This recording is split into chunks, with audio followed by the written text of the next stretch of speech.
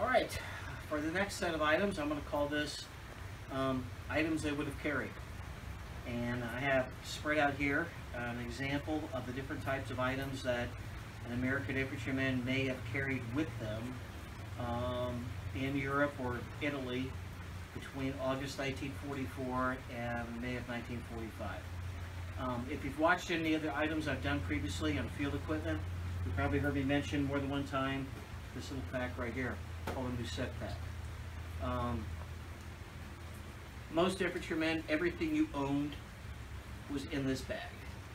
Okay, and I'm going to go over the examples of different types of items that you probably most likely would have had in this bag. So what I'm going to start with is shaving equipment. Obviously, personal hygiene is very important. Do your best to stay clean as much as possible, as being expected. And of course, part of that was shaving. During World War II, shaving cream, as we know today, didn't exist. What was there was a cake of soap. And then what you did was you had the cake of soap, it was in a cup, and you took a brush. It was usually a type of hair. So, oh, excuse me, right here. So here's an example of a shaving brush made by the Ever-Ready company. Now, all of these items you had to buy. So the Army didn't issue these to you. These had to come out of your pay. And if you went overseas, you did have the opportunity to purchase them. If not, people sent them to you from home. So, you have your cake of soap. I don't have one here. You have a brush. And you wick it up. You've got your lather. You're ready to go. You're ready to shave. Now, the razor that was used during World War II is a lot different from the one you use today. Because you either use an electric razor or you may use one with 3, 4, 5 blades that you use and then throw away. Back then they had a razor, it was called a safety razor. And the reason, I'll keep it real quick, was that prior to this you had to use an actual blade, razor blade. And you sharpened it and then shaved yourself. But if you didn't watch what you've been doing, you can cut yourself really bad. In some cases you can cut your neck and it'd be really unfortunate. Then someone came up with the idea that you could take a very thin plate of steel and then you could put it in this device. And what you did is you turn the handle and you can see how it opens up like that. And what you would have done is gone into your box that had a razor blade in it. And these are about 80 years old. I really don't want to open it, but you would have placed it there. You would have turned it. You're all lathered up. You then would have started doing your shaving. Now, obviously, trying to do this like this is not a good idea. Having a mirror would be a good idea. There's only one downside to having a mirror. Most of the ones you think of are made of glass. But there was a solution to that problem. The American soldier carried this. It's a piece of steel, usually chrome, polished. You had a hole on it right here. So what you could do is, when it came time to shave, for example, you could take this, you could look into it, do your shaving, clean up, and you were finished.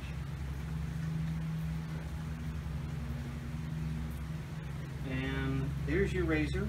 Now, actually, here are a box of U.S. Army World War II razor blades. So they, certain items were issued. You may have heard of this company. It's called Gillette. Still around today. These are Gillette razor blades from World War II. So obviously, the next item we have to do is have to take care of your teeth. So, this particular case, I have a box with Craig Barton toothpaste. Obviously, brands not around anymore. You would have had your, probably in this case, a Dr. Hardy toothbrush that you would have placed in your toothbrush case. Now, obviously, I'm not going to get into haircuts from World War II. That would take some time. But obviously, you want to comb your hair. So what would you have? You would have your comb. Now this particular comb obviously would be something that the person would have purchased maybe before going overseas, or someone sent it to them. However, what do we have here? The Army thought about that. We have an original World War II U.S. Army comb right here. In the gold letters, it says U.S. Army. I don't think I really need to demonstrate how this works, but just to give you an idea, obviously you brush like that, however you'd like it. You know, obviously, once again, if you're shaving and if you're brushing your teeth, it's a good idea that you have some water available. If you looked at the earlier item I did, you probably could see that a common basin that was used was the M1 steel helmet. However, it was also available, this item here, and it's actually a basin. It's made of a heavy duck canvas, and as you can see, what you would do is, generally if you had your canteen or another source of water, or a jug, you could fill that with your water. You have the water for shaving. Also, with your canteen, usually it was your canteen with your brushing your teeth. And also, if you did want to bathe yourself, obviously it's not going to be a shower or a bath. You had a face cloth, you'd go ahead and be able to do that using that water. So, that comes up to the next question. Obviously, you're going to need some soap. So, this is a brand that you may recognize, still around today, Palmolive. And as you probably know, if you use bar of soap, particularly if you're in a bath or shower, it has a tendency to melt, but there's a solution. You had a little case. This one is made of aluminum. You would have placed your open bar of soap in here, close it like that, and it was already available to next time you want to use it. Now, trust me, it is not easy to find a bar of soap that was made 75 or 80 years ago and for whatever reason had not been used.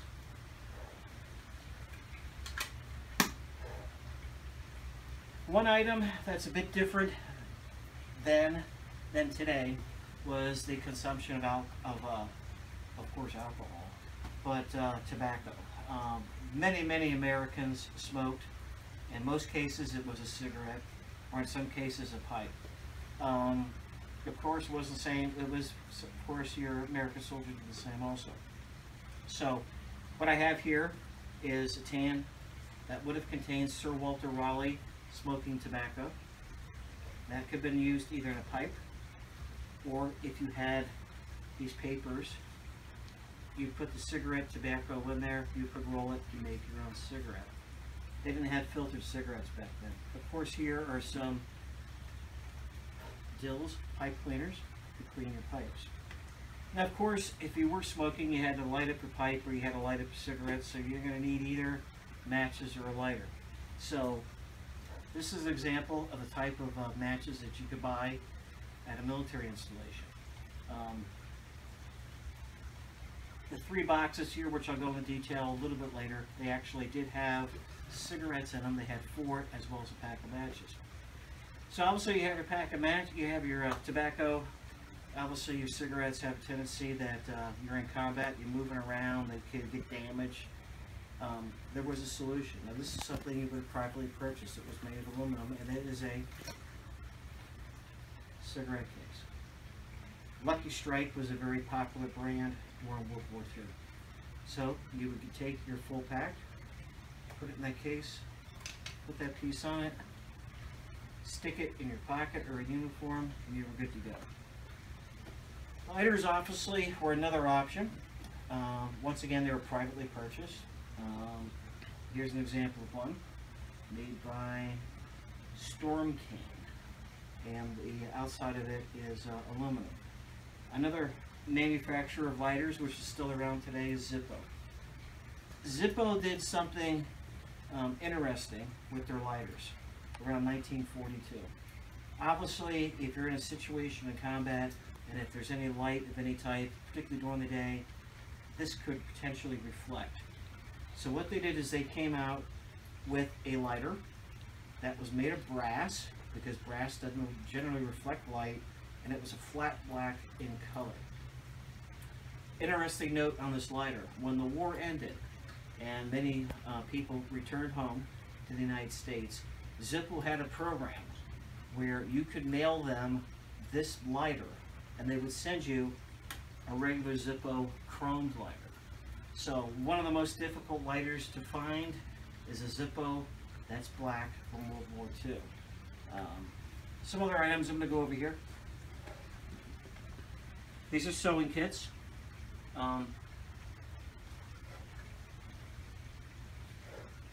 Most of these were privately purchased.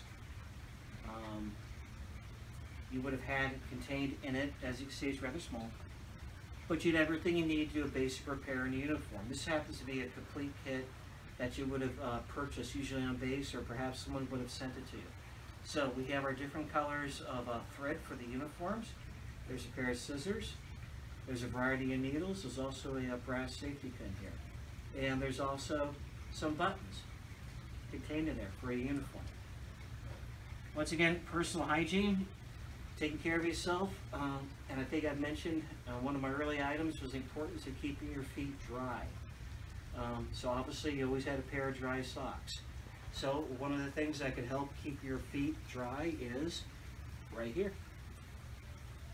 It's a tin of U.S. Army World War II foot powder. Now also guys would purchase from the exchange or have people send to it. This is some talcum powder made by Mary Chess. I don't know if they're around anymore. That someone would have purchased and had sent to them. Obviously, keeping your equipment in good shape is also important. Obviously, you got to take care of your boots, and by putting a polish on it, it's to make it waterproof as well as to keep it, looking good. We have here, it's called dubbing. Dubbing is similar to shoe polish.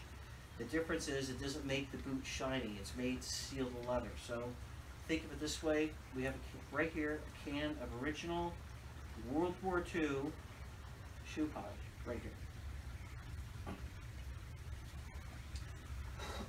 I'm going to go into some items right here and keep it quick. If you didn't have a chance to have a hot meal, you were generally issued these three items right here. It was called the K ration, and there were three of them. There was one for breakfast, there was one for lunch, and there was one for dinner. All the items contained within it were intended to be eaten cold. If you did want to heat something, directions on the box say to take the canned item in it and place it into water and warm it that way. I don't have time really to go into the details of what all these boxes would have contained for the actual meals, but I did make mention that one of the items that did come in it was 4 cigarettes from different manufacturers. They did have a pack of matches. It also had a very small, extremely small, I don't see how anybody used it, roll of toilet paper.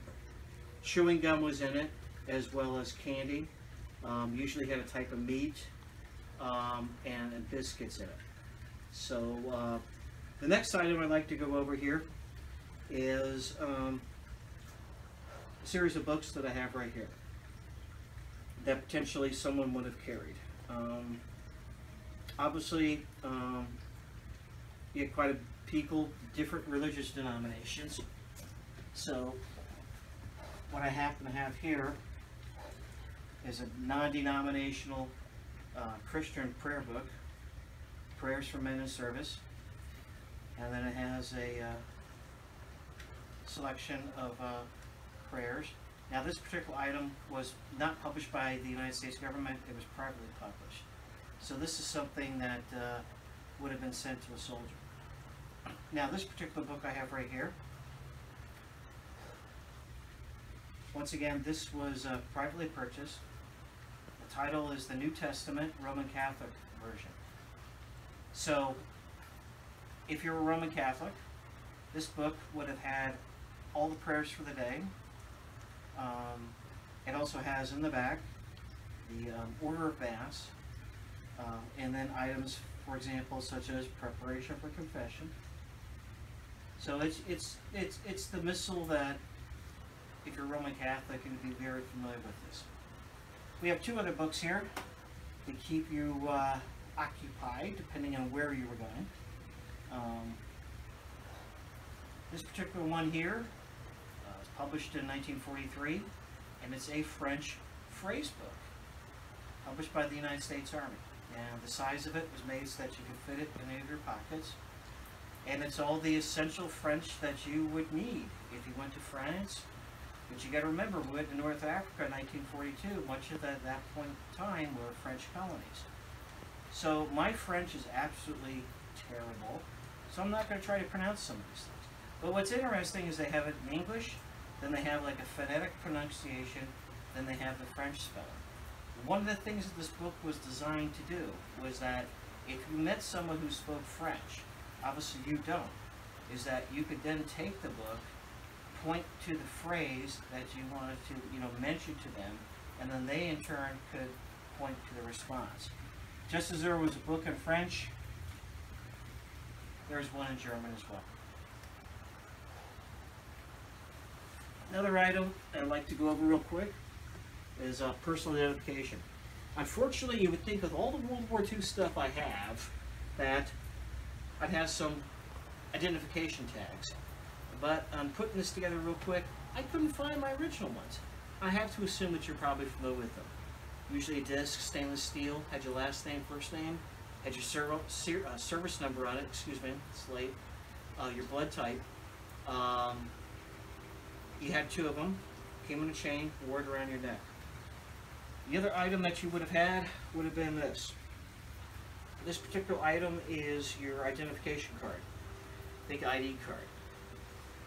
It would have had your first and last name, some other details. Your photograph would have been attached right here.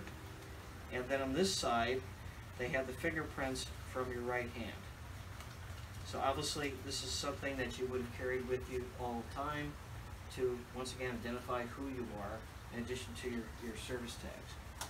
The other item that someone probably would have carried, and this would be rather important, is your individual pay record.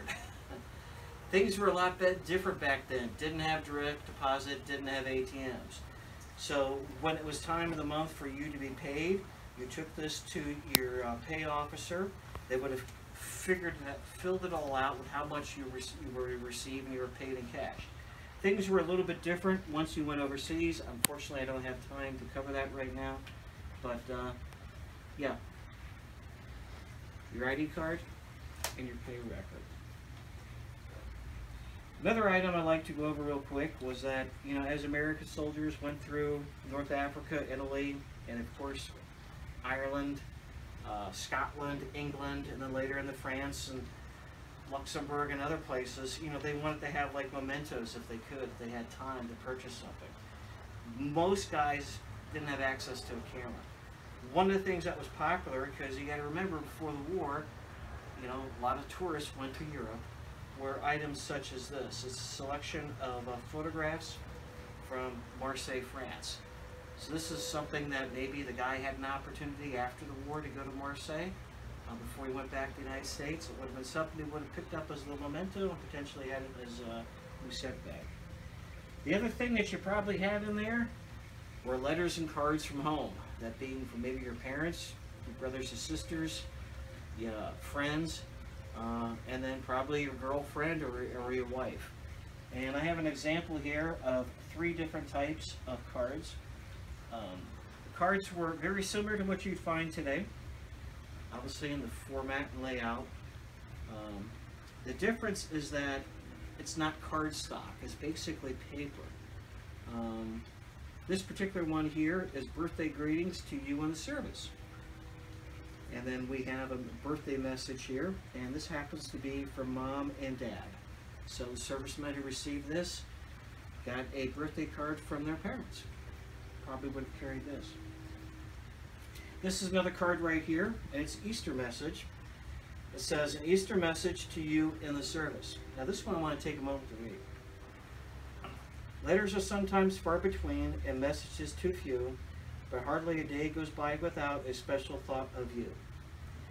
And here is a card at Easter time to bring a wish sincere for gladness today and luck to last through every day all year. Right down here it says from home, and the person who sent it took the time to write a note that's here in pencil. And it says, "Dear Don, I'm sending an Easter card. It is such a beautiful morning. We will have to start to make a garden soon." Let's see. "Olga and Donnie are gone to school. I want to give this to the mailman, so we miss you. Hurry and get this awful war over and hurry home. The very best of luck to you, and God bless you, from home." So I don't know if this is from the person's parents or maybe their wife or girlfriend, but you can be rest assured that this would probably be something the guy want to keep in his pack and want to keep with him. There is one last item in terms of the cards I'd like to take a moment. And it has a figure there. It says, "Hello there, soldier. I sure would like to make a good impression on you. If you get what I mean, do you? Lots of love, your wife." The card is literally sealed with a kiss. You can see it right there. I got a high degree of confidence whoever received that made sure he probably had it with him as much as he could. Remember his wife. Some other items I'd like to get into over here on the front are some of these books. Prior to December 1941, books were a very expensive item. Many Americans could not afford them. So obviously, libraries are very popular. When the war broke out, the War Department also realized that reading in terms of entertainment and morale was important. So to keep it real quick, what the War Department did is they contacted many of your major American publishers, and they wanted to be able to provide books to American servicemen. And so they worked out the details, and what they did is they came up with special editions of books, unabridged. In other words, they didn't leave anything out of them. But what they did is they changed the format. So for example, this particular book here, The Battle is the Payoff, is written by a captain who served in North Africa. It was published in 1943, and it's about his experiences writing in North Africa. What the American publishers figured out how to do is to take this book, reduce it in size, okay, and print it with inexpensive paper with a paper cover. Here's another example of a book that was published by Ernie Pyle. There's the full book, and there is the Armed Services Edition. That was the term that was used for these books, Armed Services Edition. One of the agreements with the publishers was that the publishers said that none of these books could be sold in the United States. So all of these were distributed to servicemen outside the United States.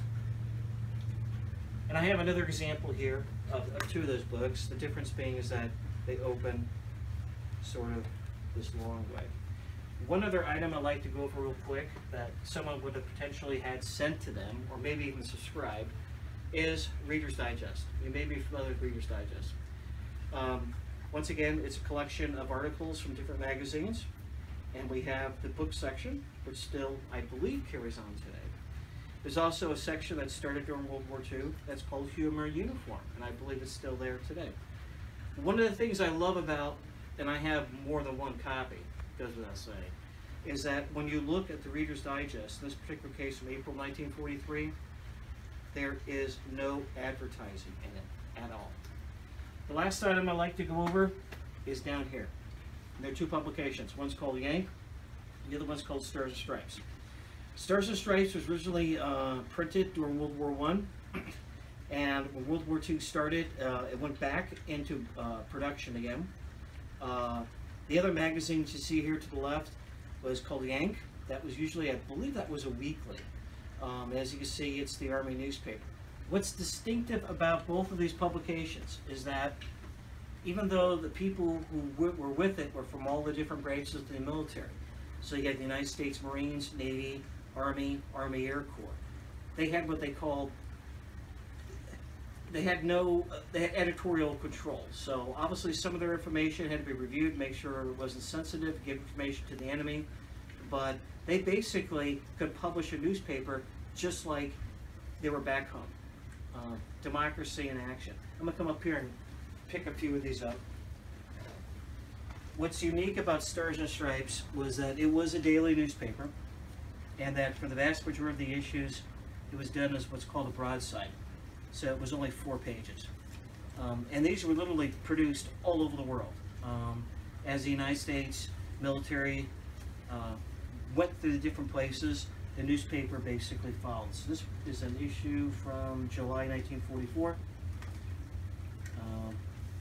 This one's from, I'm reading upside down, I'm going to say fall of 44, so I'm in a little bit of a hurry. Here we go.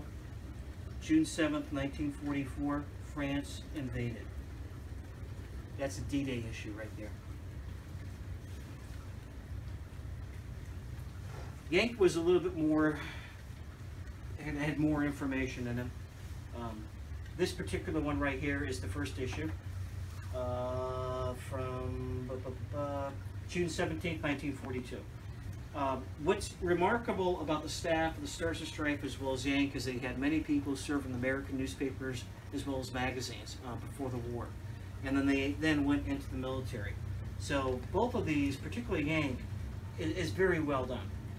There's no advertising in it, but it have a series of articles. Here we have some cartoons. Of course, most of it, obviously pertaining to the military. That's the first issue.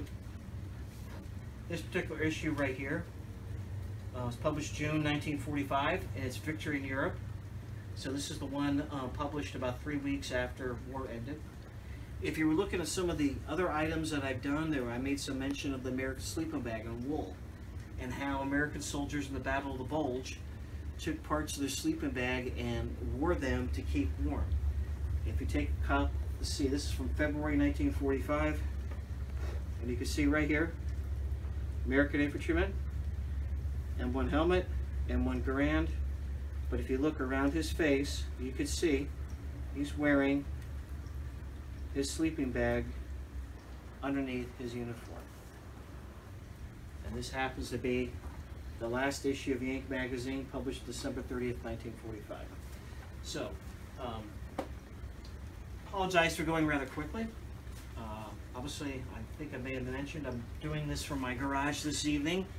We have like monsoon rains here in St. Louis, so I don't want to get any moisture on these items. So, there you go. Gives you an idea of what he carried.